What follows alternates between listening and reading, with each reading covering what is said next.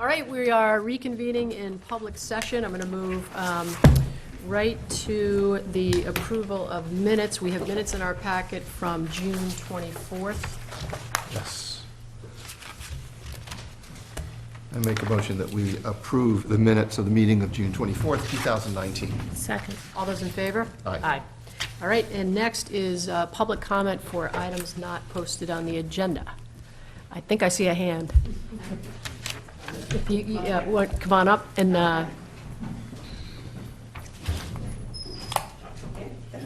Wherever you come.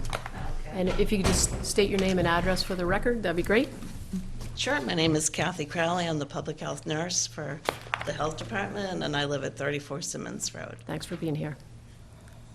So we just want to take this opportunity to just review a little bit about how the health department deals with mosquitoes. I know it's really been, a hot issue on the news, and we're trying to get the word out about the plan that we have. And basically, the health department follows an arbovirus surveillance plan that is put forth by the Mass Department of Public Health and the Plymouth County Mosquito Control. And so the purpose of that plan is so that all of the towns in Massachusetts have the same consistent approach to mosquito control. And the health department receives daily updates from this project.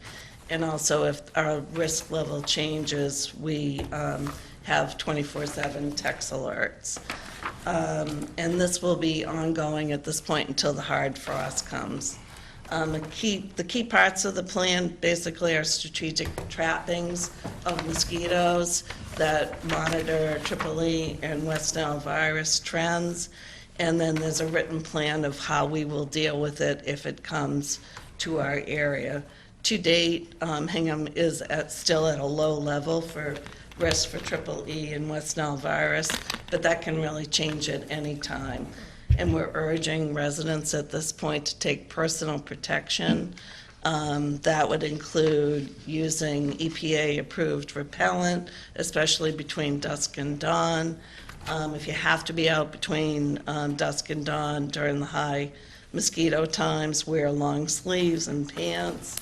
Try to remove any standing water from your property, such as bird feeders and wading pools.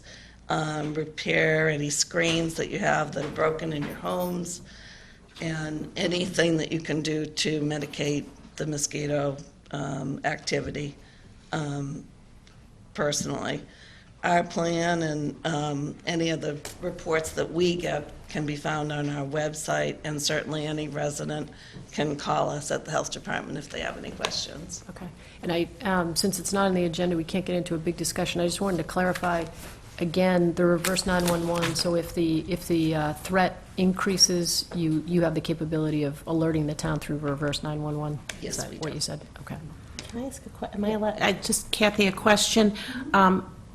Because it was asked to me, will there be, I know that there's some spraying going on, aerial spraying going on in parts of Plymouth County, not in Hingham, is that correct? Not in Hingham. No, Thank you. Again, that's part of this planned approach where it really hasn't affected our area yet. If it does, then we would go into that next step. Thank you. Right now, we're just in personal protection. Okay. And since we're on the air, could you give the phone number so if people do have questions, they know? Sure. Address it. 781-741-1466. That's the Hingham Health Department. Thank you. Great, thank you. I really, really appreciate you being here, and I Sure. appreciate all the efforts of the Board of Health to keep us safe on this one. Sure. Thank you. Thank you. Any other comments from the public? Seeing none, we will move to vote to adopt the order of taking for the layout of a portion of Martin's Lane. Councilor Murphy.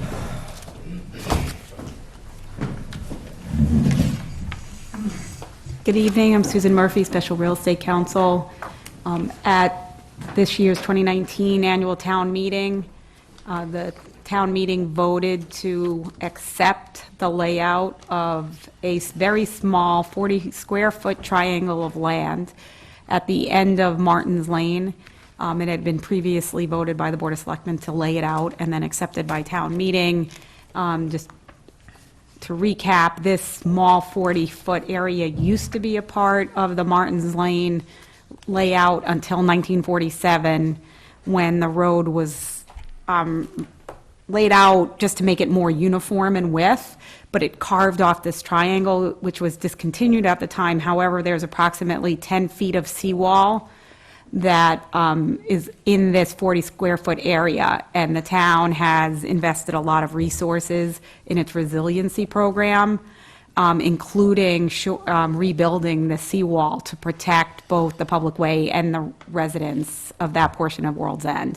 So by taking this 40-square-foot area and making it part of the Martins Lane seawall, the town can repair the seawall and not leave a potential breach area that could be affected by sea rise. And so therefore, this is just part of the statutory procedural requirement that the board take this vote, and that document must be recorded within 120 days of the vote. So the middle of next week, we have a title attorney scheduled to record it for the town in Plymouth on Friday if the board adopts it tonight. And there's been no return response from Lynn Realty Service, Inc.? Lynn Realty Service, Inc. was a developer in the area. At the time, in 1947, when this discontinuance occurred, they had already been dissolved as a corporation because they had already sold off all their other land. So on the record at the Registry of Deeds, they are the technical legal owner. I conferred with John Coughlin. We took what measures would be required by statute, including mailing and public posting, and have not received any response back. In addition, the land, because of its size and location, is not buildable or usable for any other purpose, and so our recommendation to the Board of Selectmen is that there is no value to a private party for the land, and therefore no, payment of award was recommended in connection with this taking. Joe? So I see we've got a copy from the town clerk confirming that the vote was taken at town meeting and that it was a unanimous vote. Yes. So I'm satisfied with this. Mary? Yeah, I think there was a question of what's the chicken and what's the egg on this. Right. And so this was the process that we talked about doing, so. And is this the egg or the chicken? This is the last step, right? You set yourself up. Sorry, I suppose I could have let it go. Time for the chick to hatch.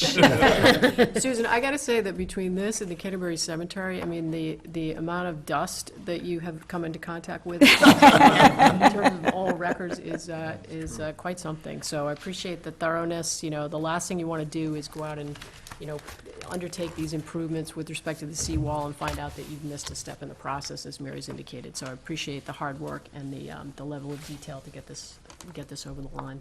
Thank you, I enjoy doing it. So I've misplaced my vote list, but any questions from the public on this? Great. So I would accept a motion for an order of taking. I move that the board adopt an order of taking for Martins Lane as authorized pursuant to Article 33 of the 2019 annual town meeting. Second. All those in favor? Aye. And I have, we can just sign it right now? Well, there's a copy that Michelle has she's passing down, and if you would each sign it.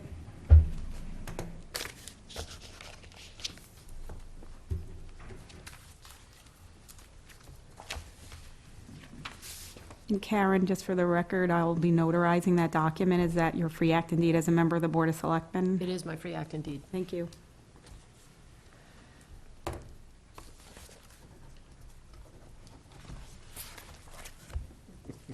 Law, gotta follow the law. Thank you. We're rule I'm all- followers. I'm all Yeah. set. Thank you very much. Thanks, Susan. Thank Thanks for you. the work.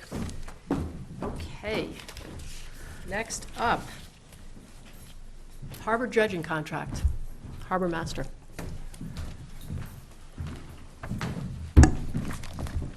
Let me ask you first, how's the boating season going?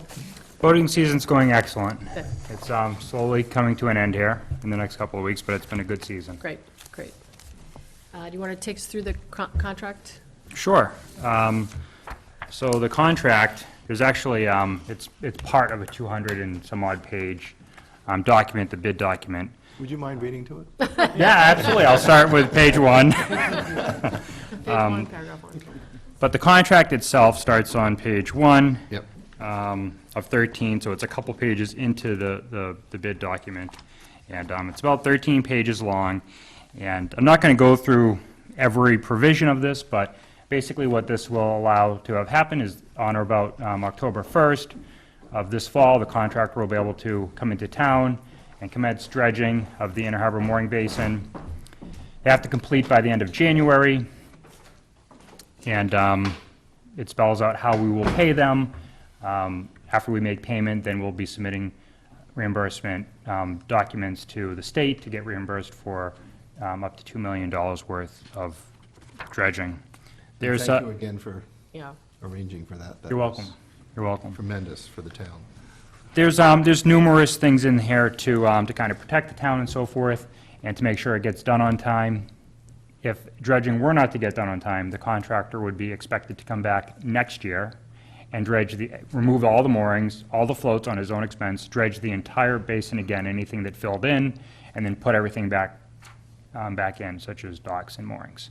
We don't anticipate that will be an issue. There's plenty of time for the contractor to get this project done in the window of 4 months that they have.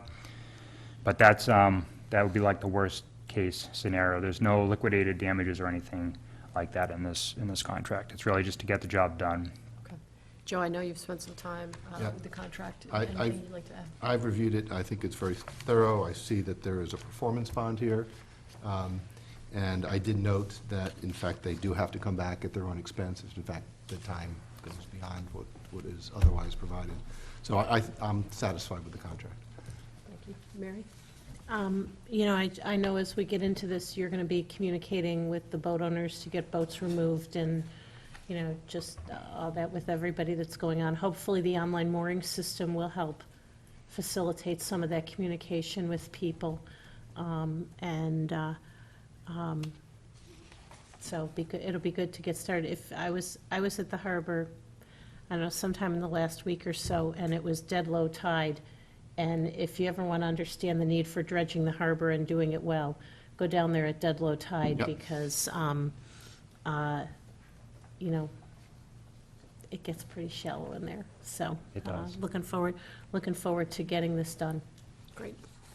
And, you know, like Joe said, I think I appreciated the inclusion of insurance requirements, indemnification provision.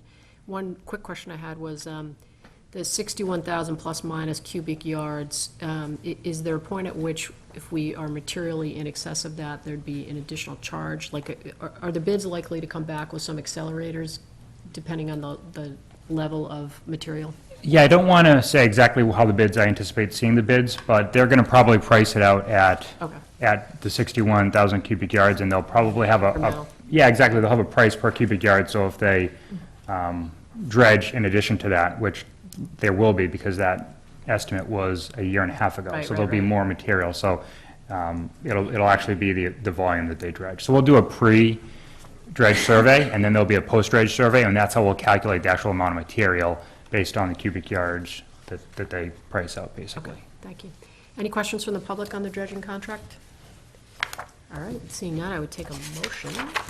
I'll make a motion to authorize the town administrator to sign the Hingham Harbor Maintenance dredging agreement to be executed with the successful bidder. Second? All's in favor? Aye. Ken, great job. Thank you. Thank you, Ken. You're welcome, thank you.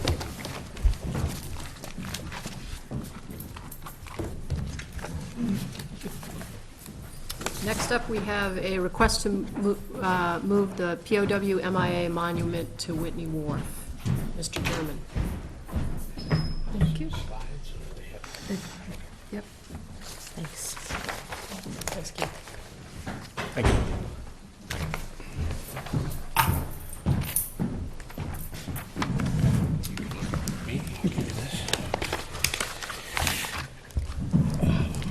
Thank you, Madam Chair, members of the board, Town Administrator, Assistant. What I passed out was just some history. I'm not sure that was in your packet that you had already. I know that we had some help with Concom with the color slide, which really brings to light what we have. As you mentioned, my name is Keith German, Director of Veteran Services. For those of you who've heard me speak before, I'll give you the bluff. So the BLUF is a military acronym for bottom line up front.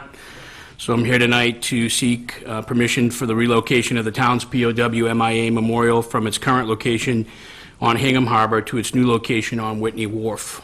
Over the last fiscal year, a Veterans Ad Hoc Committee, two of the members which are here in this room, Joe Gregg, a member of the Veterans Council, and Tom Burbank, have worked with me. We've met with numerous boards, committees, departments, to wit, the town administrator, DPW, Hingham Municipal Light Plant, Concom, Harbor Development, Historical, and now you, the Board of Selectmen, which we hope will be the final step or the green light to move this forward, this project forward. Over the course of these meetings, we've all agreed on the site and the location, which I believe is depicted on the color slide that you have in your packet. This will be a more prominent spot. It'll be more accessible.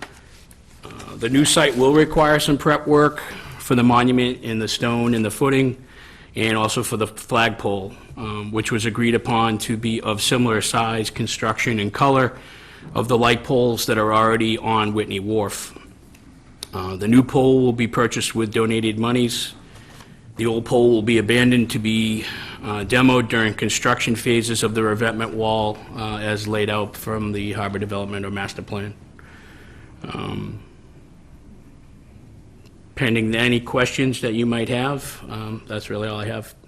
So you and I walked this site Yes, ma'am. easily over a year ago. Right. In anticipation of harbor resiliency efforts and also to take account of the condition of the area where the pole resides currently. And, you know, I think it was very helpful for me anyway to go down there and see where it is and see, I think, what could be sort of a better location, both in terms of honoring the POWs and MIAs in that more public space, but also affording people, I think, an ability to visit that area. The nice thing about the location that Keith is proposing is it's away from 3A, but it's in a more kind of publicly accessible area, which to me brings honor to this memorial. Joe, any questions? I do. I really like the location, and I think it's very appropriate. Will this location require any additional maintenance from the memorial? We're exposed to the elements more. No, I think it actually, over the years, as I think Karen saw what's going on down there and the actual tide and the devastation that that's creating, which is why they're going to put that revetment wall up. So with that said, I think we're up on higher ground, Okay. up on Whitney Wharf. It's a raised area, similar to about a knee-high. It's on a knee-high wall with grassed area. The elements are the same. The conditions of the harbor, all around the harbor, obviously do not lend favorably to the flags that we fly. But we continue to be able to purchase those with budgeted funds, and we make them last. So, yeah, I think it'll be the same. And are you proposing any lighting associated with this? So currently, right now, which is why we also talked to Hingham Municipal Light Plant, the POW MIA flag is lit from the street. As Karen mentioned, it's a lot closer to 3A, so it was easy for them to access one of their poles. Yep. The current lighting that's there now, spoke to them about as well. Those would be they're similar to the lights that are on North Street, that type of pole with the globe lamp. Several of those are not working. The light plant, are not responsible for those, so that's Whitney Wharf. That would be a Board of Selectmen parcel. Yeah, we'd have to get some sort of a electrician in there to make sure that all those lights are lit and work and are on timers and are efficient. I don't think they're all working now. If you were to go down there at night, you would see several of them that are out, so that would have to be something that would have to be addressed. To actually light the monument, we did look at that. We talked to, Mr. Gregg talked to a local contractor, and he said that could be done, you know, if we chose to light the monument, which is not currently done. Not currently, but That would be somewhere upwards of $1,000. have we looked at the possibility of solar power for the lighting there? Yeah, Okay. Mr. Gregg? in addition to, I also checked with solar lighting, and it would run probably about the same amount. because it has to be such a construction to withstand the elements and Right, everything else. right. Be about the same price for the installation. Thank you. Thanks. The only thing I would add is the light poles, we should fix those anyway. I mean, we should fix those. I didn't know Yeah, they we were should out, fix so those, I yeah. have note, I'll call, Yeah. I'll make that call Yeah. in the morning. Yeah. It's gotta get fixed Yeah, anyway. absolutely, yep. Mary? I'd just say, Keith, I know sometimes these things take a little bit longer, and there are a lot of different groups to run through, and I appreciate everybody's persistence on this. This is the right thing to do for all the reasons my colleagues mentioned, and so thank you for your diligence in having it happen. Thank you. Yeah, it seems to be, it takes a while, but I think we do it right. As Karen's often said here, I think by doing it this way, this is the way. This is the Hingham way to do it. Go through the regulations, touch stone with everybody, and make sure it's all set, because we only want to do it one time. Right, and your, the write-up that you provided us and the conversations that we've had in advance of this evening also brings to mind the number of residents who are involved in first erecting this memorial, and I think that's a testament to the commitment of this community not to forget. Yes, and I would mention that nationally, for the last 7 years, we've been gathering there on the third Friday of September, which is National POW MIA Recognition Day. We hold a candlelight, quote-unquote, candlelight vigil. We actually use glow sticks because the candles don't withstand the wind that's down there, and it's prone to accidents, so we go with military-type glow sticks. That started with, I think about 6 of us started that, and that has risen to numbers of about 5 or 6 dozen now. So 60 to 70 people, have been known to gather there now on the evening of the third Friday in September, and it's quite a tribute to all the men who are missing or prisoners of war still held, but more specifically to our missing in action. So I think that's grown out of love for that space. So just to have it in the same area is quite Yep. remarkable that we have that availability to just move it just a little bit. Yep, I agree. Any questions or comments from the public with respect to this request? Okay, I would take a motion then. I move that we authorize the transfer of the POW MIA Memorial Stone from its current location in the harbor to Whitney Wharf. Second. All those in favor? Aye. Aye. Keith, thank you. Thank you Thanks so for the much. hard work. Thanks to the Veterans Council. Appreciate it. Thanks, Joe. Thank you, Tom. Okay, next up is a capital expenditure request from Aquarion Water. Mr. Olson, would you care to join us up at the table? So you had some thunder and lightning, is that the, Good evening. Yes, there was some lightning that precipitated some events. I prepared a handout, not sure if... Yep, we got it. Yep. Okay, Thank you. very good. So I just want to run through this, just to give you some little background information. So the treatment plant has 4 filters. Each filter is rated at 2.6 million gallons per day. So normally, we have 4 filters online, but the filters need to be backwashed or washed individually, so when you take one offline, you have the number -1. So right now, we have a filter offline under repair, and so when we need to backwash a filter, we only have 2 available, and that limits us to a capacity of 5.2 million gallons per day. I compare that flow with our recent peak day demands, so usually it's in July or August. We can pump up to 5.3 to 6.3 million gallons per day. So it's an essential need to repair this filter. It's not something we can do without, especially in the summer. Yes? They have the rest of the packet. Sure. Okay. So filter 3, we had a failure of the under drain. The under drain is what supports the filter media. The media is made up of a gravel layer and carbon on top of that. So carbon is what filters the water. So we had an initial assessment after looking at the filter that there were several broken under drain blocks. We assumed number 10. And to do this, we knew that we'd have to remove and store the media, remove the support gravel, remove the air scour piping in order to get to those blocks and repair those blocks. So the initial anticipated repairs, before we could actually get into the filter and see exactly what was going on, was to install 10 new blocks and then reinstall everything we took out, the air scour piping, the gravel, and the media. And we had a quote from that from a specialty contractor who does this type of work all the time for $47,600, and we proceeded with that work. Well, just like any other mechanical issue, once you get into it, you start to see things you couldn't see from the surface. So the media was removed, and we identified some additional things that were broken. There was some broken and plugged air scour piping, some worn and missing concrete grout. I'll get into what the grout does and where that is. Some corroded and or missing steel rebar. I'll have show some pictures of that. And some additional broken underdrain blocks. So there were more than we anticipated. So now, as we got into it, removed everything and got a visual of what needed to be replaced, the actual required repairs includes cleaning and replacing the air scour piping, replacing the rebar with stainless steel rebar, replacing additional clay tile underdrain blocks, regrouting the entire surface area, and then reinstalling the air scour piping, the gravel, and the media. So that additional repair costs added up to $33,250, which brings the grand total to $80,850. So status and schedule, the media and the gravel and the scour piping was all removed last week.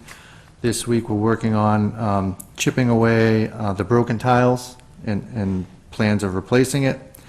And next week, regrouting the underdrain, reinstalling the air scour, piping, and media. So if all goes well, we could be back up online the end of next week or early the week after.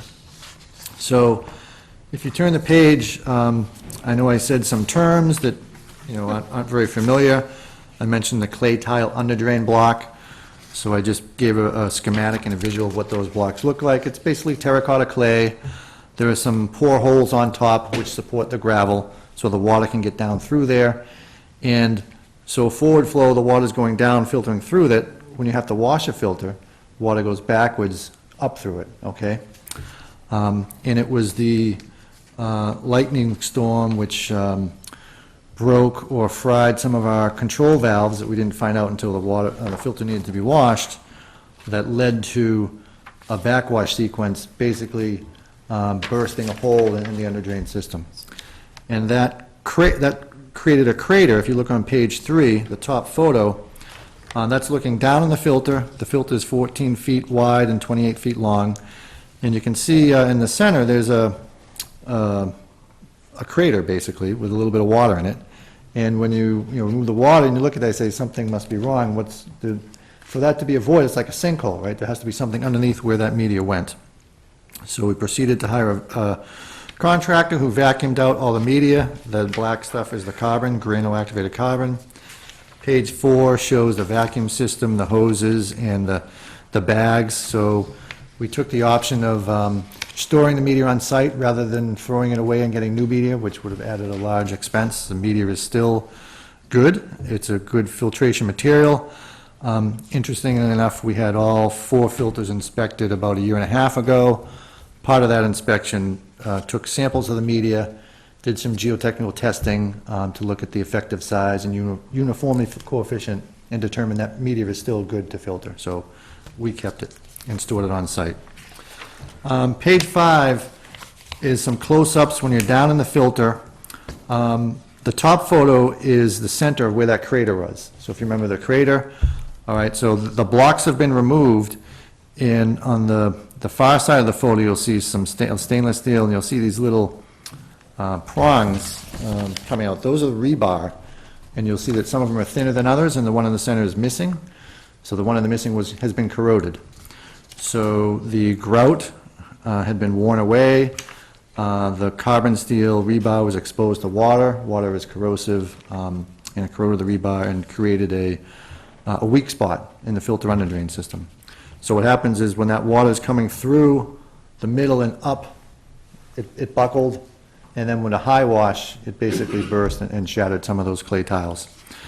So that the rebar basically holds everything down, with the rebar not being there and corroded, and with the grout in between being loose, it basically created that buckling event. So this is the center of the crater, but there were some other nearby blocks that were also broken, and that, the bottom photo shows just another one of those blocks. So there's the option of, surgically removing some of those individual blocks or removing the whole row. We opted for the whole row because it's less time and labor and materials to replace a whole row than try to take every other one, because you have to get in there with hand chisels and tools. So the option that is on page 1, 3D, required repairs, that is the minimum recommended requirement. The other option that could be done in place of that would be to remove all the clay tiles, not just the broken ones, and replace the entire under drain system with a new under drain system, which would be upwards of $300,000. But our examination of what's there, all the other tiles are sufficient. If we replace the grout, there's no reason to believe, if we replace the grout and the rebar, there's no reason to believe that the existing clay tiles and new ones will have another, useful service life of 20 or 30 years.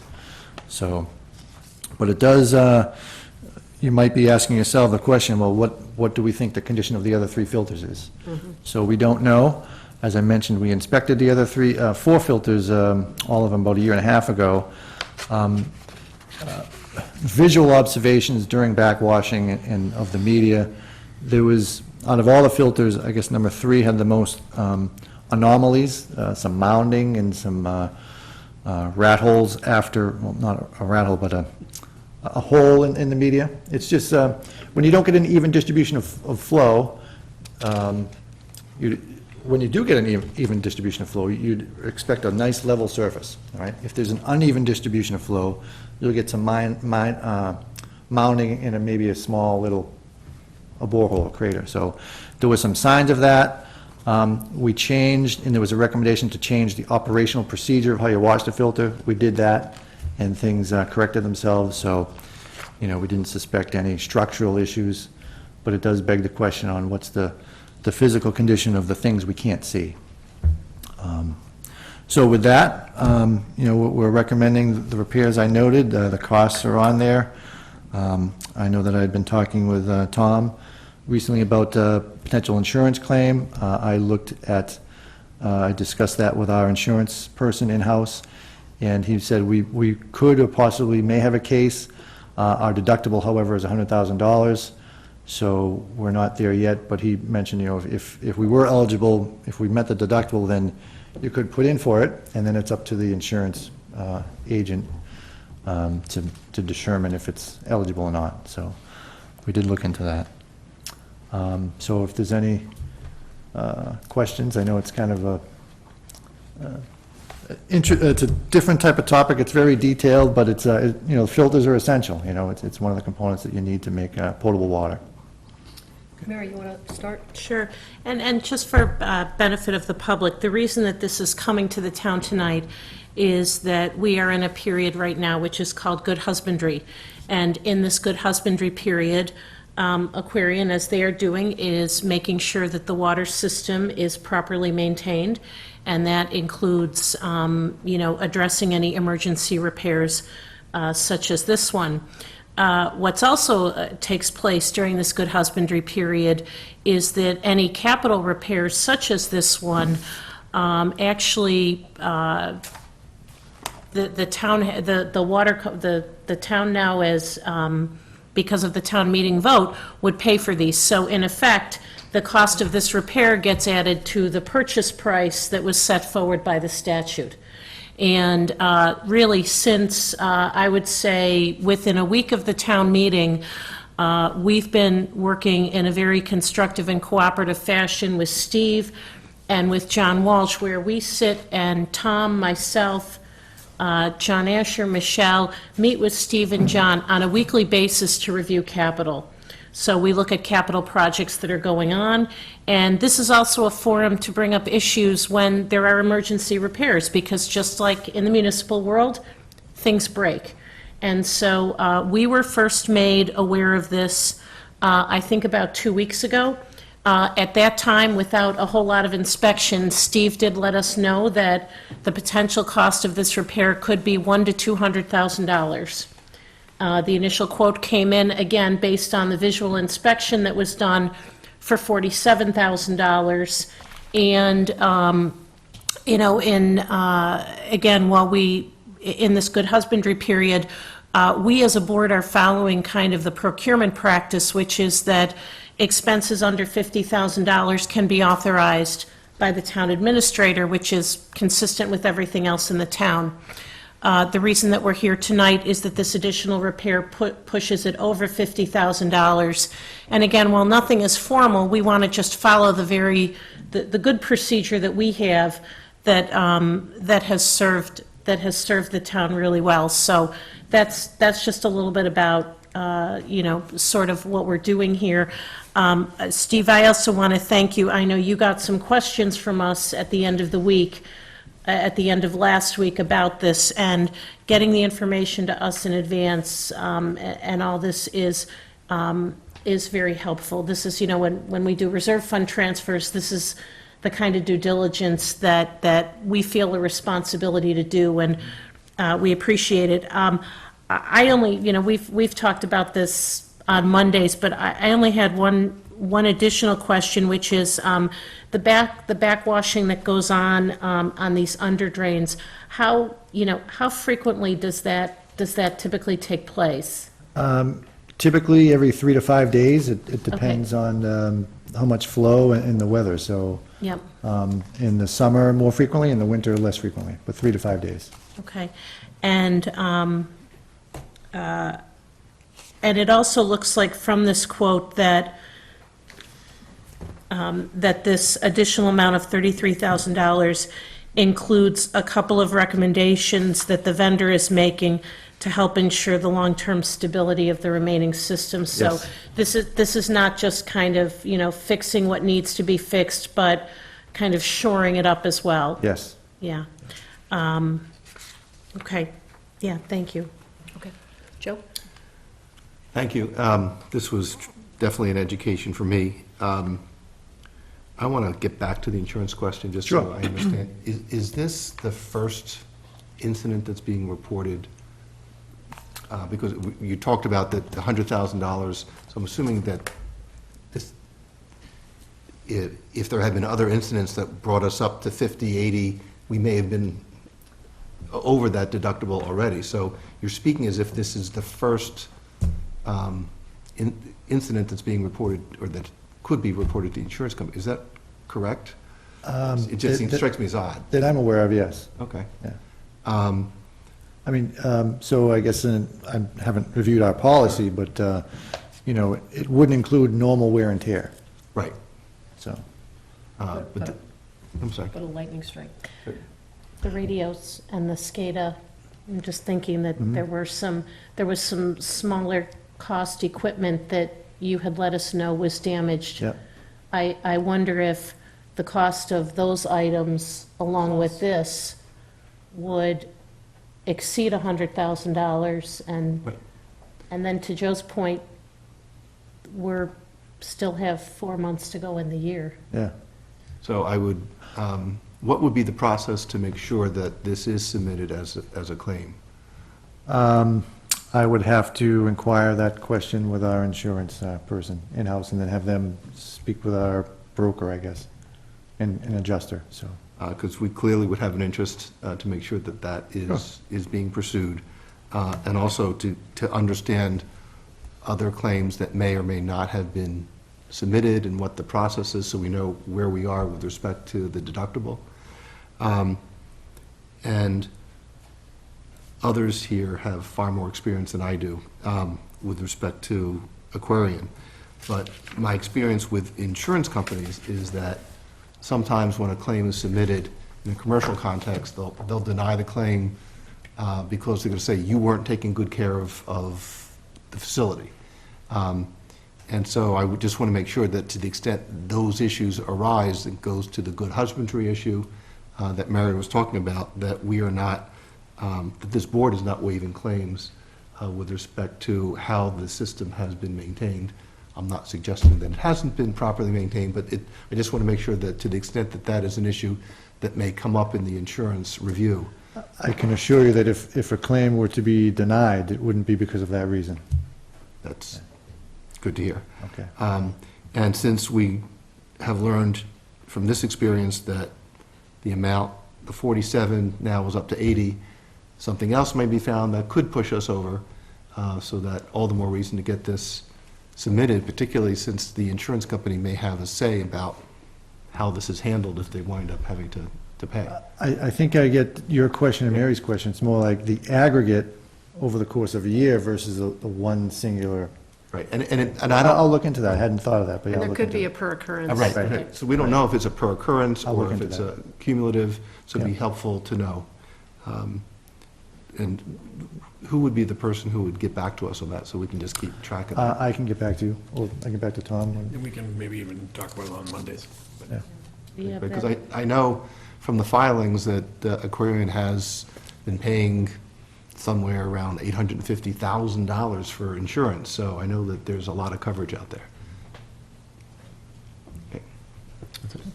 So I just, sort of picking up on Joe's point, so when you were talking about the corrosion, the rebar, I just wrote down, R&M practices. So what's Aquarion's practice to maintain these particular pieces of So infrastructure? the rebar was embedded in grout, cement grout, a mixture of cement and sand. And so what happened was, I guess over time, that cement got eroded away by the water, and the aggregate also got removed, and then the grout got thinner and exposed the surface of the metal. So it was surrounded by concrete, and then the concrete wore or dissolved away, and it got exposed. So there's nothing really operational that can be done about that. It's more a construction issue, or maybe it's an issue with the aggregate, the mixture, or whatever, but 20 years ago that occurred. Yeah. With respect to this particular sort of stretch of brick, because it sounds like the other tiles anyway are, So the tiles are about 2 feet long and about 8 inches wide, and so it's a 14 by 28 surface. So there's a lot of tiles, it's like a checkerboard, Yeah, different shapes.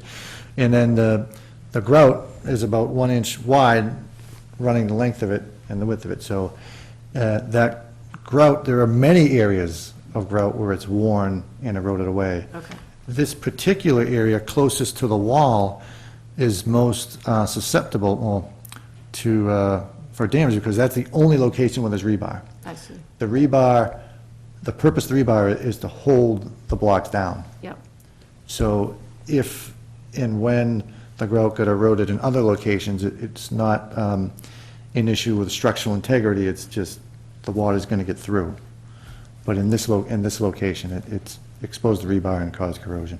And with respect to the other filters, have we eyeballed, is there a way to eyeball that and? Not easily, because there's 6 Gotta feet dig of it up. media, a foot of gravel, get rid of the underdrain piping, and then look at the grout.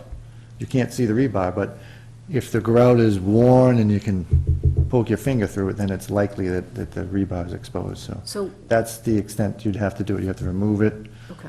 and So I'm just wondering, like, if, you almost have to wait for failure then? Like, or do you No, replace you it could, on a um, useful life type schedule? Like, how do you make sure? you could physically inspect it one at a time. I mean, once the fall happens, the demands are less, so having one filter at a time offline is certainly doable.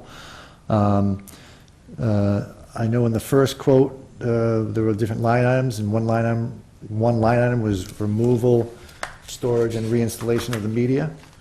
So I think that's in the order of, I don't want to quote on it, was it 5,000, 13, something like that. So it would cost money to remove everything, set it aside, and put it 13. back. 13? 13. Okay, so you could do that.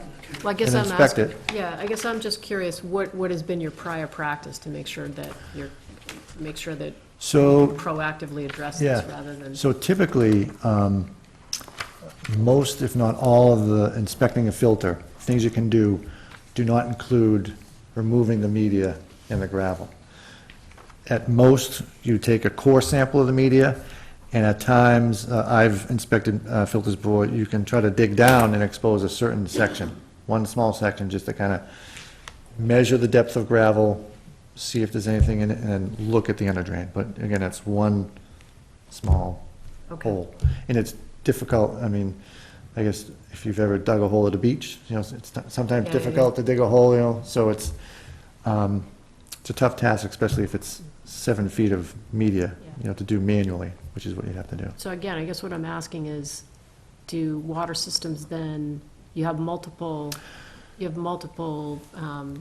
tile systems, so are you essentially waiting for failure, or do you replace on a schedule? So, what you do is make observations of the surface of the media, as I discussed. You Yeah, know. yeah.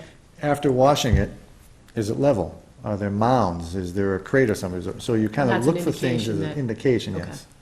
Right. Are there other precursors to failure other than it failing? So, yeah. No, it's Okay. just what you can Yeah. observe from the Okay. surface, you know, you can, again, you can do core samples to see if your backwash method is effective, see if it's retaining the flock that's in it, or if it's removing it. You can measure the expansion of the media during backwash. Typically, you want to expand the media 25% to get an effective wash, so there's all kinds of things you can measure and monitor, but, you know, nothing's gonna be a supplement to what, actually looking at it. So, but, you know, you have basically a cost to kind of do that, so. And so, again, would you then put these on a schedule to replace after a useful life period, or is it more Well, typical to wait for an issue? I think that, given the observations made on filter 3, it would be prudent to look at and think about doing a physical inspection of the under drains of the other 3, you know?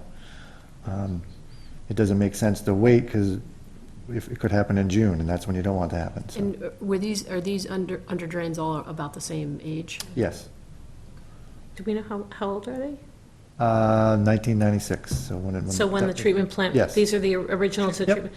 So 23 years, and you mentioned earlier that the steps being taken on filter 3 should Yes. give it 20 to 30 years. Right, so the clay tiles are fine, perfectly fine. It's the grout Yeah. holding the tiles together, and because the grout was the weak link, it exposed the rebar, which then created another Right. issue, so. And it happened as quickly this time, maybe? I mean, it sounds like it was on a path to occur, but the lightning strike caused excessive flow that, Precipitated an event that normally wouldn't occur. okay. Well, yeah, I guess maybe we put that on our So now list. we're operationally, we're more aware of Mhm. making sure we don't, Yeah. yeah. Yep. And Steve, is there any DEP notification or any DEP kind of inspection when you take one of these offline and then reintroduce We it? notified DEP of the issue when it happened, so that's about it. And they don't come back and inspect or anything, or? you Only just- if they want to. Okay. Yeah. Anything else? No, I think we're going to have our regular Monday meetings, so I think this, you know, just becomes a status item each week. And so then Tom can, you know, keep everybody updated on. I'd just like to reiterate what Mary said about the Monday morning meetings. They're very productive. We talk about a lot of capital stuff, but also some operational issues. Been very productive and helpful, so I think it's helping the process go along smoothly. Great. Any questions from the public? Do you want a glass of water? No? I do have one. Yes. I just want to go back to what I think I heard, which is that we've got an option on the table, which is about $80,000, but there was a different option, which would have been about $300,000. Yes. If this is in fact an insured event, are we being short-sighted? It would cost us $20,000 more to get the $300,000 option. Is that something that we should be looking at? I think maybe your suggestion that you go back and talk Yeah. fully with your Yep. insurance folks, but to Joe's point, you know, depending on equipment that might have been part of the lightning strike, as well as a fulsome, occurrence, fulsome repair or replacement of filter, you know, we might as well ask the questions, right? I guess we would have to ask the question regarding our insurance, if it's a covered event. Right. Right. And then if so, To what extent? and that, and do that quickly. Yeah. Yes. Yep, right, okay. Okay. Yeah, and I what's can- the repair timeline? Because it sounds like you need to get this So, back online. the pace we're going right now, hopefully the end of next week, we could Okay. be back online. If the other option, replacing the engine, probably adds another at least 2 to 3 weeks. I don't know. I Okay. haven't thought that far ahead. Yeah. Yeah, if we can just get some answers, maybe. Sure.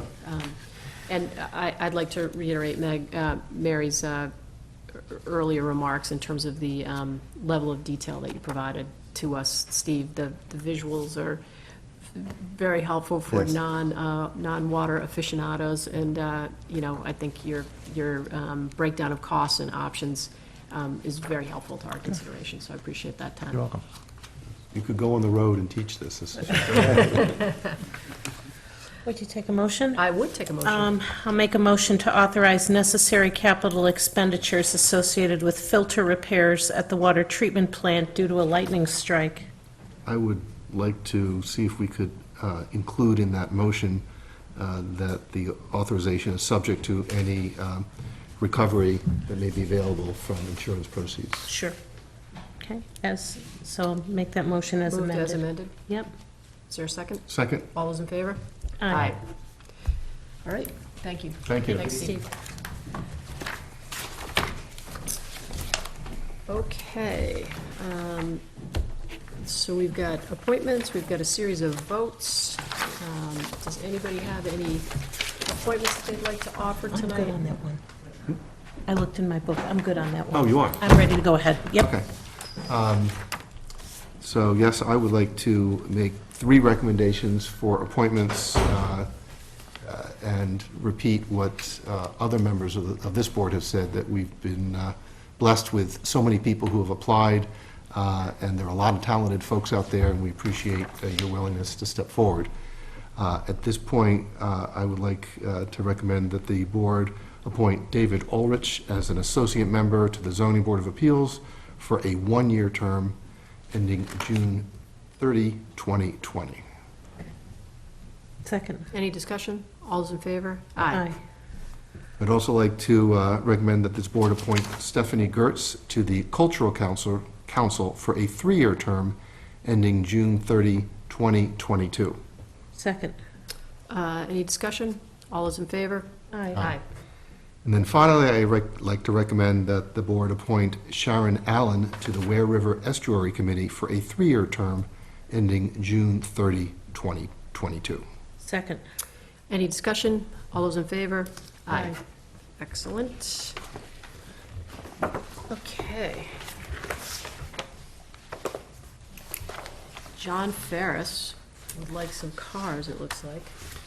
Yes, he's asking for the board to enter into a lease agreement for 3 Ford Escorts for the school department. This is part of a town meeting article, right? Is it part of school transportation vehicles? Yes. So I think this has been contemplated, Yes. right? Joe, any questions? Nope. Mary? No, I'm all set. I would take a motion. I'll make a motion to authorize the chair to sign a 5-year lease agreement with Santandar Bank N.A. for the lease of 3 Ford Escorts for school department transportation. Second. Any discussion? All those in favor? Aye. Aye. Okay. Next up is the possible vote on the Green Communities Designation Grant Certificate application. This is, Over to our green communities expert. this is Emily's hard work, your hard work. This is good stuff. Yes, so the town received a designation grant of $142,000 and change in December of That's fantastic. 2018. And now this is the next step in actually being able to use those funds. So Tom and I have talked with the school department and DPW and have come up with 4 projects off of the list that Energy Source, the auditors, compiled for the town last fall. So we're planning to use the funds for 2 variable frequency drive projects, one at Broad Cove Sewer Pumping Station, which serves the North Sewer District in town, and one at South Elementary School, as well as starting to do some demand control ventilation at Hingham High School. And then finally, after we do those 3 projects, we're going to kind of use this 4th project, beginning to do some LED lighting at the high school as sort of, not the filler, but with the funds that remain, we'll start there in the cafeteria and kitchen and try to convert some of those fixtures with what's left. So we're excited to be able to use this and get Yeah. these projects off the Very ground. exciting. Any questions, Joe? Nope. Mary? I just had one, which is the LED lighting. It has an anticipated payback of 12.3 years. So I guess what I'm just wondering is, with all the different projects, how this one was selected, because it was very helpful to have all the information, including some of the paybacks. This one was a lot longer. True. This piece of it was from a broader measure to convert all of the fixtures in the high school, which was like about $400,000, much more than the grant we had available. So we're starting with this little piece. Although the payback period is a bit longer than the other projects, the energy savings are quite big. So Okay. if we could get there over the next few years with converting more fixtures, it would make a bigger dent in terms of helping us get to that 20% energy reduction over the next several years that's required as part of the program.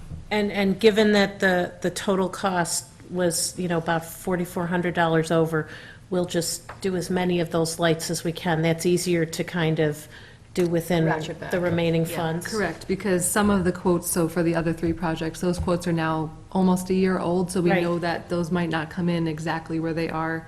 So this project, but with that alone, may be reduced Right. a little bit less. And then I so- think there's an incentive for another one, so we might get, Yeah, a so then little in bit the of a next credit. few years, we'll be applying for the competitive grants through the Green Communities Project, and we can keep chipping away at the LED fixtures there, for example. Some of our schools are the biggest energy users, we learned, through the energy audit, so it makes sense to focus a big portion of the funds there. Thank you. Thank you, Michelle. Anything else? Nope. Take a motion? I move that we authorize the chair to sign the Green Communities Designation Grant Certificate of Application. Second. Any discussion? All those in favor? Aye. All right. A one-day liquor license, perennial one-day liquor license for Sergio Pungitore. Everything looks to be in order? Okay. So I would move that we approve the issuance of a special one-day wine and malt beverages license to Sergio Pungitore for the Mary of the Light Italian Festival to be held on Oak Street on Sunday, September 1, 2019, from 1 p.m. to 8 p.m. Are you looking for that motion, or are you making the motion? I suppose I'm looking for that motion. So I will make such a motion. Second. And all those in favor? Aye. I'm getting tired. Next up is a one-day liquor license at Barnes Wharf for the Hingham Maritime Center, the 3rd annual Harbor Feast. This one's always a little tricky with parking, right? Yes, they're doing all remote parking in the bathing beach and, Shuttle? yeah, they're gonna shuttle over, but Chevrolet is supplying the shuttle through, so. I think that- told them if they needed to use the bathing beach lot, they need to consult with. Trustees of the Bathing Beach, yep. I think that worked well for them in past years. They Yes, just it has, yeah, there's also a detail officer there to assist with any traffic coming in and out of the Okay. traffic. So let me just, so this would be on, this is for Saturday, September 7th? Are we talking about using the Hingham Bathing Beach when there's the, At 5:30 at night. oh, it's 5:30, so it does- so it does, I'm sorry, so it Just doesn't parking. conflict with the farmer's market? Right, just parking. Oh, right, okay. Yep, okay, I've got no Any other problem. questions? Anybody else? Make a motion to approve the issuance of a special one-day all-alcoholic beverages license to Maria Cassidy on behalf of the Hingham Maritime Center for the 3rd annual Hingham Harbor Feast to be held at Barnes Wharf on Saturday, September 7th, 2019, from 5:30 PM to 11 PM. Second. Any discussion? All those in favor? Aye. Okay. One-day liquor license to Laura Kelleher, the Hingham Gridiron Club at the Ames Chapel. So I gotta say, I was reading this, I'm like, Hingham football, Ames Chapel, never would have put those two together. It's all good, it's all good. It's a beautiful It's a beautiful location. facility, it's a wonderful event,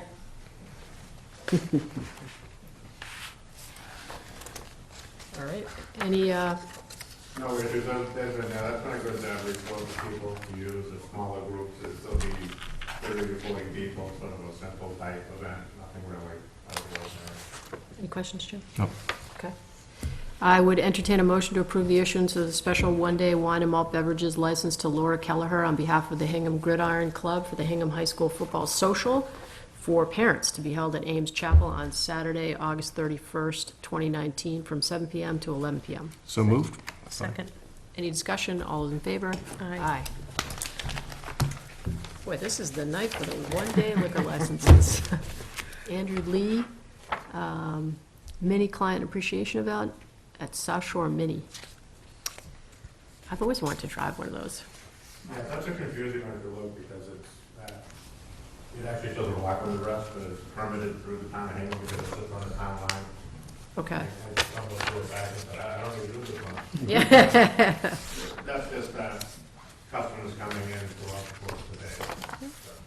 So, Okay, and they've got a caterer. they're having a food truck there, the Yeah. fire department will do their inspection on, and anything that, well, they can bring the certifications from the other town. Okay, So they're on top of that. The customers will just be customers that come in. It Okay. won't be- And everything will be inside the facility. okay, thank you. Any other questions? I would entertain a motion to approve the issuance of a special one-day wine and malt beverages license to Andrew Lee on behalf of South Shore Mini for the Mini Client Appreciation Event to be held at South Shore Mini on Saturday, August 24th, 2019, from 11 a.m. to 3 p.m. So moved. Second. All those in favor? Aye. And last but not least, another perennial, the Jay Tolman Muscular Dystrophy One Day. Any questions on this? No, I'm familiar with this event, and it's really been quite successful, and hats off to the Tolmans for doing this. Year in and year out.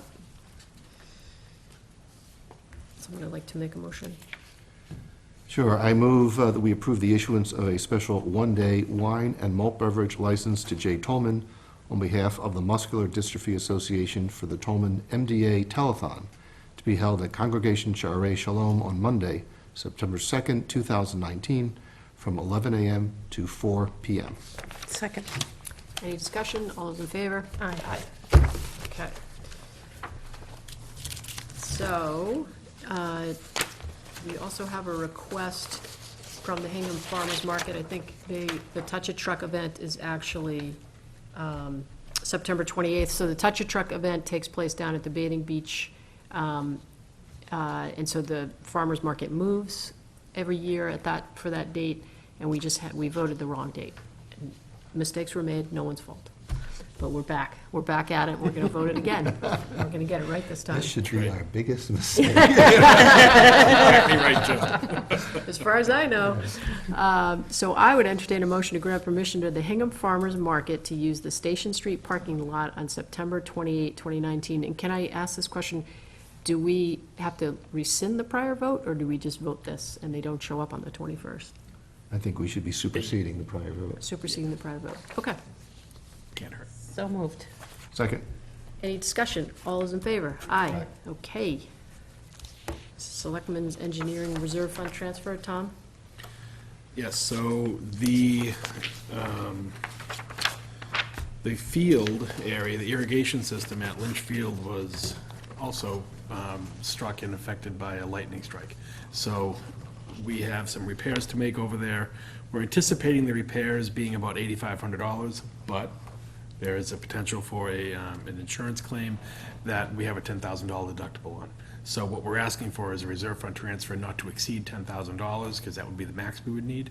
But we need to get a couple more quotes, and we just want to make sure that the work that we're going to do falls within.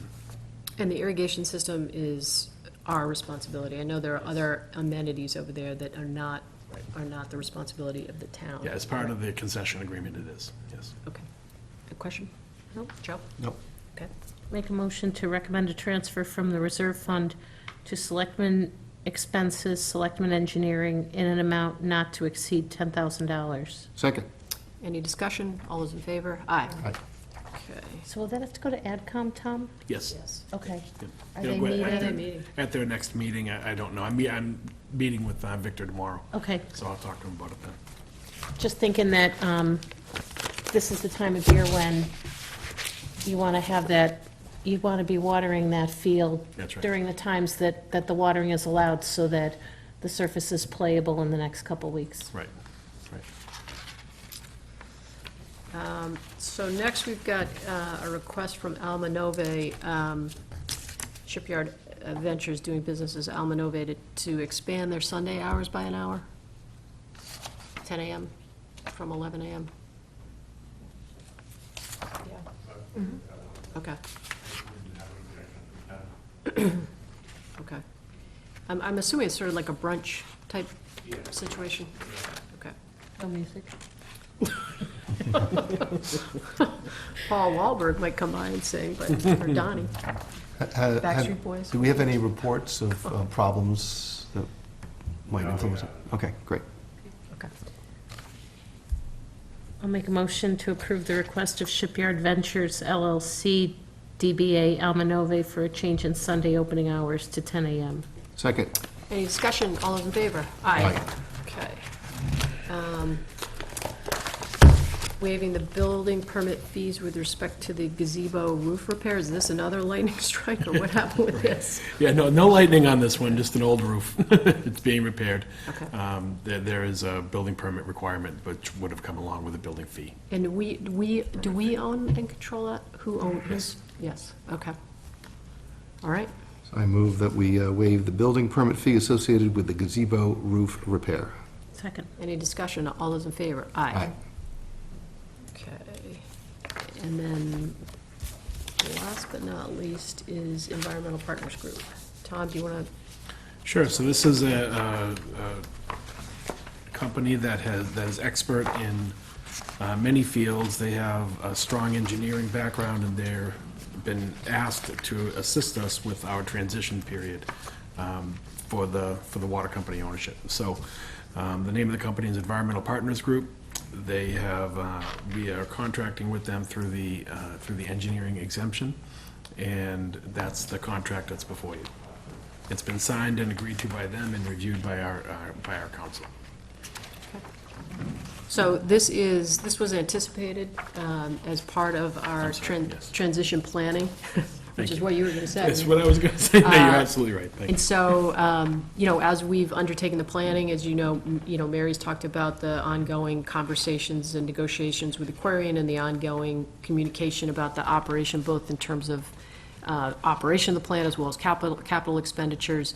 And another phase of how the town will approach the transition process is to bring the necessary technical expertise to the table to help us as we continue to move forward in the acquisition of the water system. So this was, again, an anticipated piece of the transition process. It took us some time post-town meeting to kind of develop our RFP and go through a hiring process for this expertise, and that's, I guess we didn't do an RFP, right, because we have an Yeah, we did not. exemption. Yeah. But we did go through a hiring process, and so that's why this is coming to us tonight.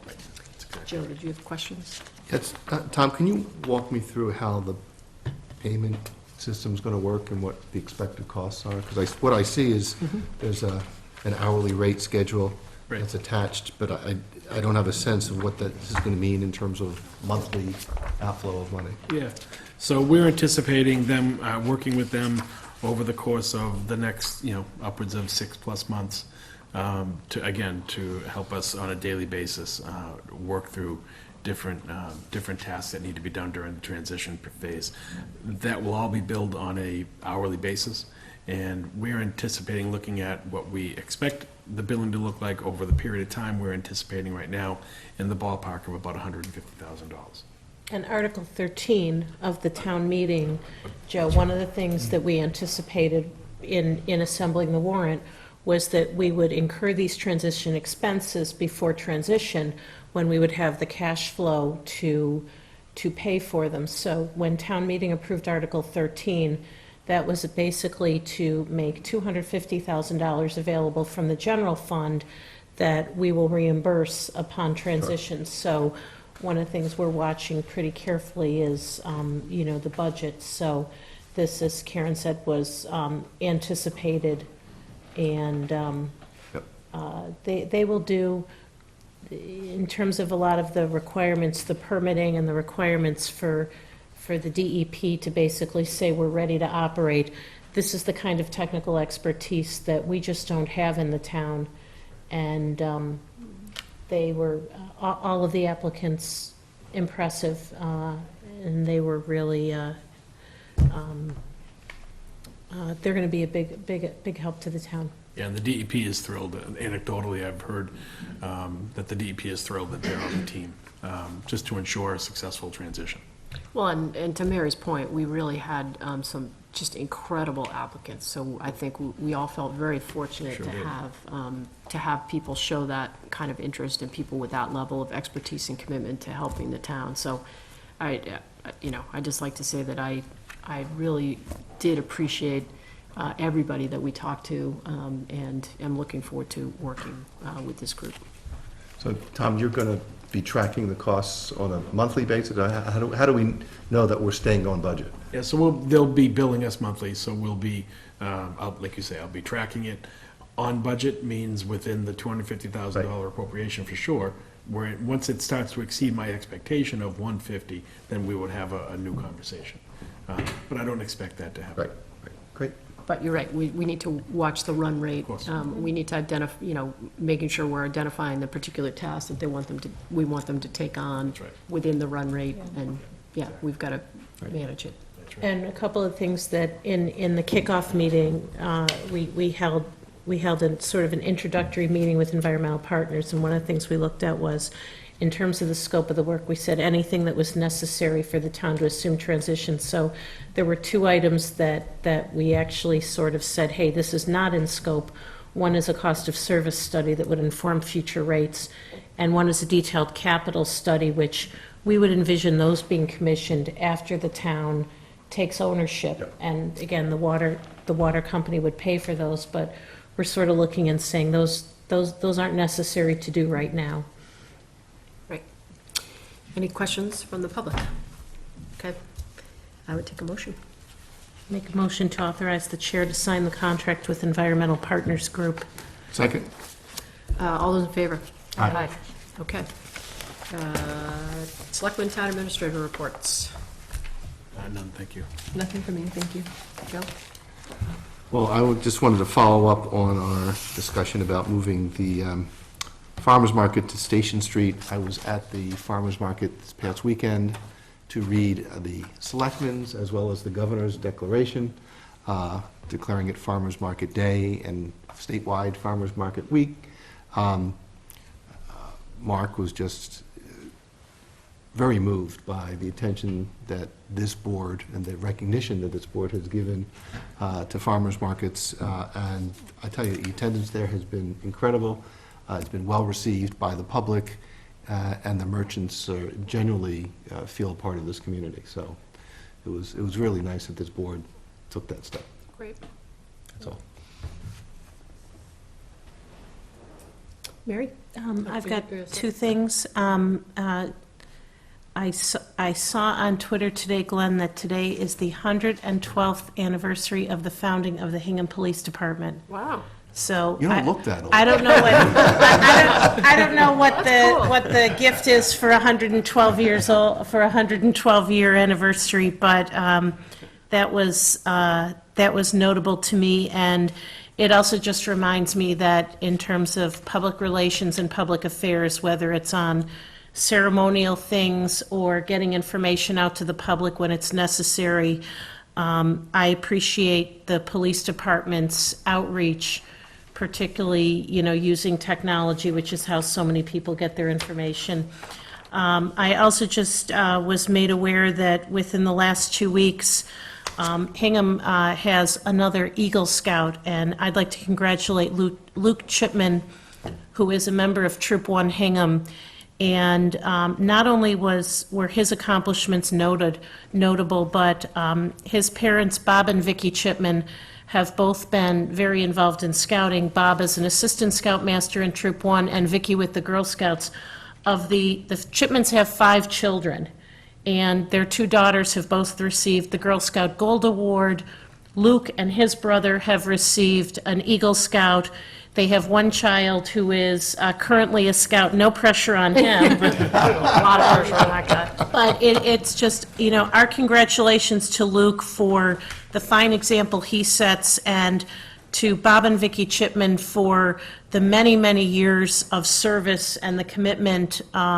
These are really family, it's a family commitment, and we just appreciate that, like many parents in this community, the Chipmans give countless hours, and we appreciate that and congratulate them. That's fabulous. Did you say you don't have anything? Nothing tonight, thank you. So I'd just like to say that I stopped by the Special Needs Athletic Partnership Summer Camp Year-End Luncheon. It was on the late side, and that wasn't my fault, but it's from all reports, was a tremendous summer for the volunteers and the campers, and it was just really nice to be included and see that joy for summer play, and again, sort of points out the community nature of our country club. There are a lot of people that come together to make that successful, and Kevin Whalen and his staff, as well as the SNAP folks and volunteers. It's just really an incredible operation, and we're fortunate to have that facility, and I think we're fortunate to have that level of cooperation among members of our community and our staff to have an operation like that. So I appreciate that. And that's all I have. I'll make a motion to adjourn. Second. All those in favor? Aye. Good night, everybody. See you in a couple weeks.